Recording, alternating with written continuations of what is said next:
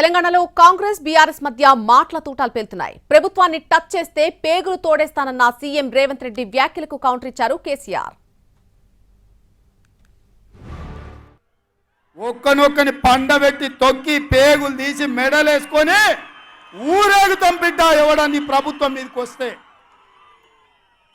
ఇది ఆసామాసి అల్లాటప్పకు వచ్చిన వాళ్ళం కాదు బిడ్డ. నల్లమల అడవి నుంచి తొక్కుకుంటా ప్రగతి భవన్లో ఉన్న నిన్ను కంచెలు బద్దలు కొట్టి బజార్లకు ఈడ్చిన బిడ్డను బిడ్డ. ఇక్కడి నుంచి వచ్చినోని తట్ట పని, పార పని, మట్టు పని, ముంబాయి, దుబాయ్ వలసలు పోవడే కాదు బిడ్డ. నీలాంటి వాళ్ళని గోతి తీసి బొంద పెట్టేది కూడా మాకు తెలుసు. 6 గ్యారెంటీలు ఇవ్వయా? కరెంట్ ఎందుకు మాయమైందా? నీళ్ళు ఎందుకు మాయమవుతున్నాయని అడిగితే ఆయన నేను పండబెట్టి తొక్కుతా, పేగులు మెడలేసుకుంటా, పెండ ముఖానికి రాసుకుంటా,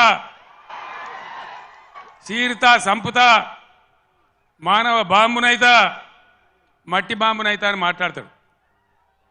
ఇంత అసహనమా? ఒక ముఖ్యమంత్రి మాట్లాడవలసిన భాషనా ఇది? పద్ధతా?